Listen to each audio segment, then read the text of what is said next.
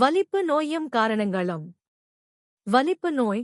இந்த நோயால் உலகம் முழுவதும் பல லட்சக்கணக்கான மக்கள் பாதிக்கப்பட்டுள்ளனர். ஆங்கிலத்தில் எபிலெப்சி என்று அழைக்கப்படும் வலிப்பு நோயே நம்மூர் வழக்கு மொழிகளில் காக்கா வலிப்புன்னு சொல்லுவோம், இல்லன்னா ஃபிட்ஸ் என்று கூறுவோம். வலிப்பு நோய் எதனால் ஏற்படுகிறது என்றால், மூளையில் ஏற்படும் ஒருவித கோளாறு, அதாவது மூளையில் உள்ள நியூரான்களில் ஏற்படும் மாற்றம் அல்லது இடையூறு காரணமாக வலிப்பு நோய் ஏற்படுகிறது. வலிப்பு நோய் அனைத்து வயதினரையும் பாதிக்கின்றது. ஆண், பெண், படித்தவர், படிக்காதவர், ஏழை, பணக்காரர் என்று வித்தியாசம் இன்றி யாருக்கு வேண்டுமானால் வலிப்பு நோய் வரலாம். மற்றும் வலிப்பு நோய்க்கான காரணமாக மருத்துவர்கள் கூறுவது சொந்தங்களில் திருமணம் செய்து கொள்வதால் இந்த நோய் அவர்களுக்கு பிறக்கும் குழந்தைகளுக்கு வருவதற்கு அதிக வாய்ப்பு உள்ளது. மூளையில் ஏற்படும் ஒழுங்கற்ற மின்சார ரசாயனங்களால், குறிப்பாக மூளையில் உள்ள நியூரான் செல்களின் நடவடிக்கை ஏற்படும் இடையூறு காரணமாகவும் மற்றும் ஒழுங்கற்ற மின்சார ரசாயனங்கள் அதிக அளவில் திடீர் என வெளிப்படுவதால் வலிப்பு நோய்கள் ஏற்படுகின்றன. இந்த நோயை EEG எனப்படும் எலக்ட்ரோஎன்செஃபலோகிராம் முறையில் நோயின் தன்மையும் தீவிரத்தையும் எளிதாக புரிந்து கொள்ள முடியும். உண்மையில் உலக மருத்துவர்கள் காக்கா வலிப்பு எனப்படும் வலிப்பு நோய் ஏற்படுவதற்கான முக்கிய காரணம் இதுதான் என்று இன்று வரை அறியப்படவில்லை. மூன்றில் ஒரு பகுதி மக்களுக்கு ஏற்படும் இந்த வலிப்பு நோய் மரபணு மாற்றம், அதாவது ஜெனடிக் மற்றும் சுற்றுப்புறச் சூழல் முதலிய காரணங்களால் ஏற்படுகிறது என்று கூறுகிறார்கள்.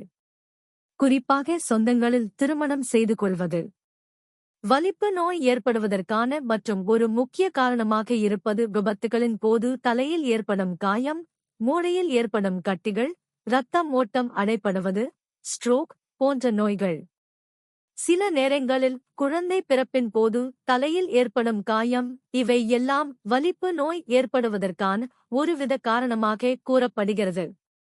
மூளையில் உள்ள ரசாயனங்களுக்கிடையே ஏற்படும் நிலையற்ற தன்மை காரணமாக வலிப்பு நோய் ஏற்படுகிறது. மூளையில் உள்ள நியூரோட்ரான்ஸ்மிட்டர்ஸ் ஒரு நியூரானிலிருந்து மற்றொரு நியூரான் செல்லுக்கு செய்தியை கடத்துவதற்கு உதவுகின்றது. இதில் நியூரோட்ரான்ஸ்மிட்டர்ஸ் முக்கிய பங்கு வகிக்கிறது.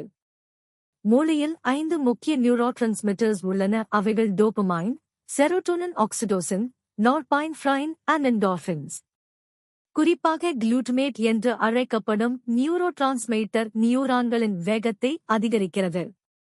அதே சமயம் மற்றொரு நியூரோடிரான்ஸ்மிட்டர் காமா அமைனோபியூட்டாரிக் ஆசிட் அதை தடுக்கும் தன்மை கொண்டது. மூளை நரம்பு செல்களில் உள்ள நியூரான்களின் குளுட்டமேட் அதிகம் என்றாலும் GABA குறைவு என்றாலும் வலிப்பு நோய் ஏற்படுகின்றது. ஆதலால் வலிப்பு நோயை கட்டுப்பாட்டில் வைக்க குளுட்டமேட் அளவை குறைப்பதற்கும் GABA அளவை அதிகரிக்கவும் மற்றும் சமதளத்தில் வைப்பதற்கும் மருத்துவர்களால் அதற்குரிய மருந்து மாத்திரைகள் பரிந்துரைக்கப்படுகிறது. இவை சில வருடங்களுக்கு எடுத்துக் கொள்வது மூலம் வலிப்பு நோயிலிருந்த முழுமையாக விடுபடலாம் அல்லது வலிப்பு நோயின் தாக்கத்தை குறைத்துக் கொள்ள முடிகிறது. வலிப்பு நோய் அனைத்து வயதினரையும் பாதிக்கின்ற நோய் என்றாலும் குறிப்பாக குழந்தைகளுக்கு ஏற்படும் வலிப்பு நோய் அவர்களுக்கு காய்ச்சல் இருக்கும்போது அதிக அளவில் வருவதற்கான வாய்ப்பு உள்ளது.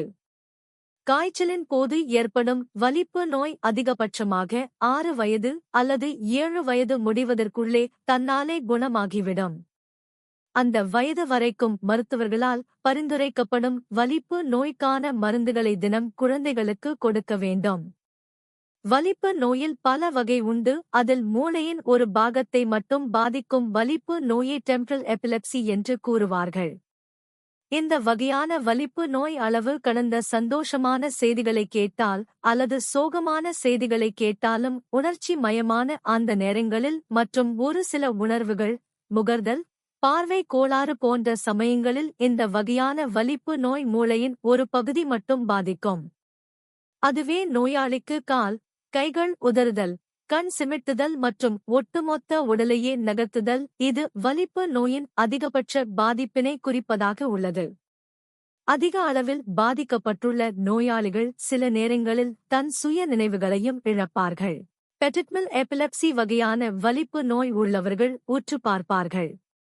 உடலில் லேசான உதவுதல் இருக்கும் மற்றும் போதிய விழிப்புணர்வு இல்லாதவர்களாக இருப்பார்கள்.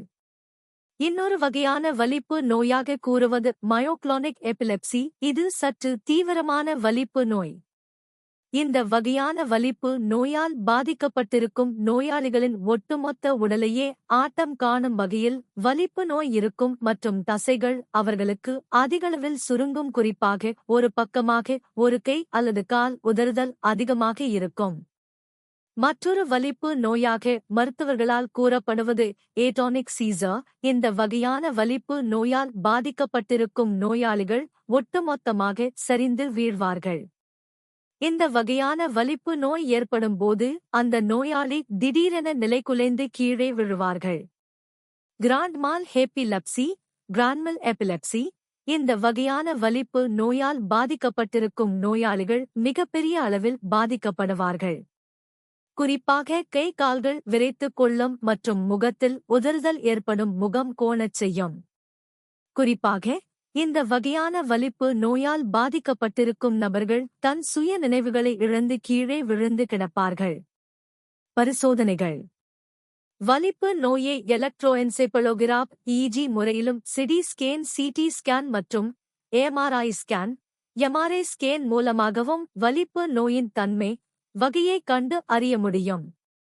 இது மட்டுமில்லாமல் இரத்த பரிசோதனைகள் மூலமாக மரபணுக்கள் கோளாறுகளால் ஏற்படும் வலிப்பு நோய்க்கான காரணங்களை கண்டறிய முடியும். அதன் வகைகளை பகுப்பாய்வு செய்ய முடியும். இது மட்டும் இல்லாமல் வலிப்பு நோய் ஏற்படுவதற்கான காரணமாக அமைகின்ற தொற்றுநோய், அதற்குரிய காரணங்களை கண்டறிய முடியும் மற்றும் அனீமியா என்று அழைக்கப்படும் இரத்த சோகை மற்றும் சர்க்கரை நோய் போன்ற நோய்களும் வலப்பு நோய் உள்ளவர்களுக்கு கூடுதலாக உள்ளதா என்பதை கண்டறிந்து அதற்குரிய சிகிச்சைகளையும் மருந்து மாத்திரைகளையும் வழங்கி நோயாளிகளை முடிந்த அளவு விரைவாக வலிப்பு நோயில் இருந்து குணப்படுத்த முடியும். மருத்துவ சிகிச்சை.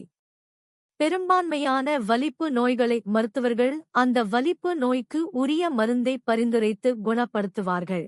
குறிப்பாக 4 பேருக்கு மருந்துகள் மூலமாகவே வலிப்பு நோயை கட்டுப்பாட்டில் வைத்திருக்க முடியும். மேலும் 5 முதல் 10 ஆண்டுகளிலேயே மருந்துகள் மூலம் அந்த நோயின் தீவிரத்தை குறைக்க முடியும், நோயிலிருந்து விடுதலையும் கிடைக்கும்.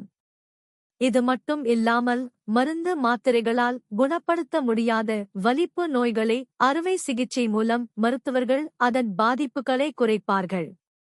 குறிப்பாக மூளையில் எந்த பகுதி பாதிப்புக்கு உள்ளாகிறதோ மூளையின் அப்பகுதியை அறுவை சிகிச்சை மூலம் சரி செய்வார்கள்.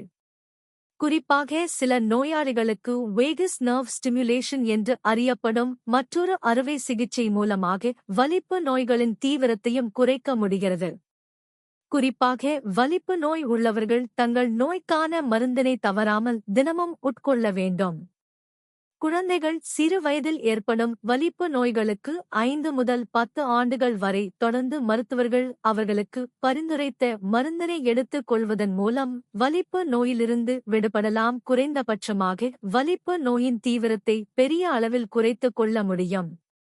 படிப்படியாக மருந்துகளின் அளவை மருத்துவர்களின் ஆலோசனைப்படி குறைத்துக் கொண்டு வரும்போது நோயின் தன்மை முற்றிலுமாக நீங்கி அதன் பிறகு நோய் பாதிப்பு இல்லாமல் பல ஆண்டுகள் ஆரோக்கியமாக வாழ முடியும்.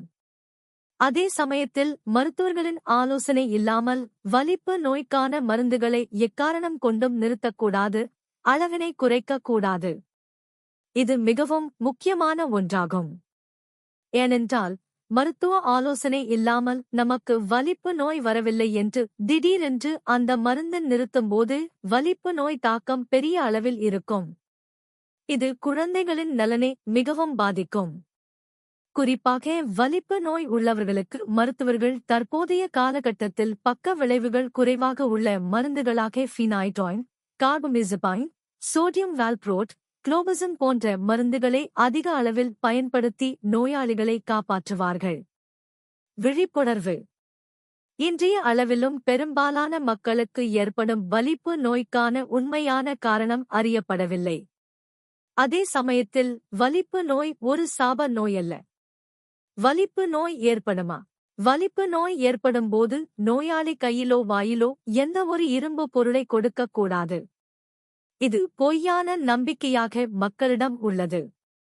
ஏதேனும் ஒரு கடினமான பொருள்களை அவர்கள் கையில் கொடுக்க வேண்டும் என்று நினைத்துக் கொள்கிறார்கள். குறிப்பாக நாக்கை கடித்துக் கொள்வார்கள் என்று நினைத்து பல நேரங்களில் வலிப்பு நோய் வந்து கீழே விழுந்து கிடக்கும் நபர்களின் வாய்களில் துணியை வைப்பது அல்லது நாக்கை பிடித்துக் கொள்வது போன்ற செயல்களை செய்யக்கூடாது.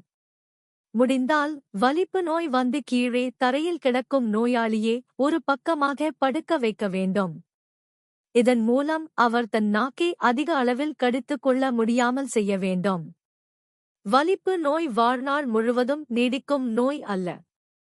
வலிப்பு நோய் உள்ள ஒருவரை நாம் தொடுவதன் மூலமாக அல்லது அவர்களின் சுவாச காற்றின் மூலமாக காக்கா வலிப்பு நோய் பரவுகின்றது என்று சிலர் கூறுவார்கள். அது உண்மை அல்ல. வாழ்க்கையில் வெற்றி பெற வலிப்பு நோய் என்றும் ஒரு தடை கிடையாது. அதற்கான உரிய சிகிச்சையும் மருந்து மாத்திரைகளையும் தொடர்ந்து எடுத்துக் கொள்வதன் மூலம் வலிப்பு நோயிலிருந்து விடுதலை அடைந்து வாழ்க்கையில் மிகப்பெரிய உயரத்தை தொட முடியும். இதற்கு எடுத்துக்காட்டாக பல விளையாட்டு வீரர்கள், இசைக்கலைஞர்கள், எழுத்தாளர்கள், நடிகர்கள் உலகம் எங்கும் சாதனை செய்து கொண்டிருக்கிறார்கள். எஸ்.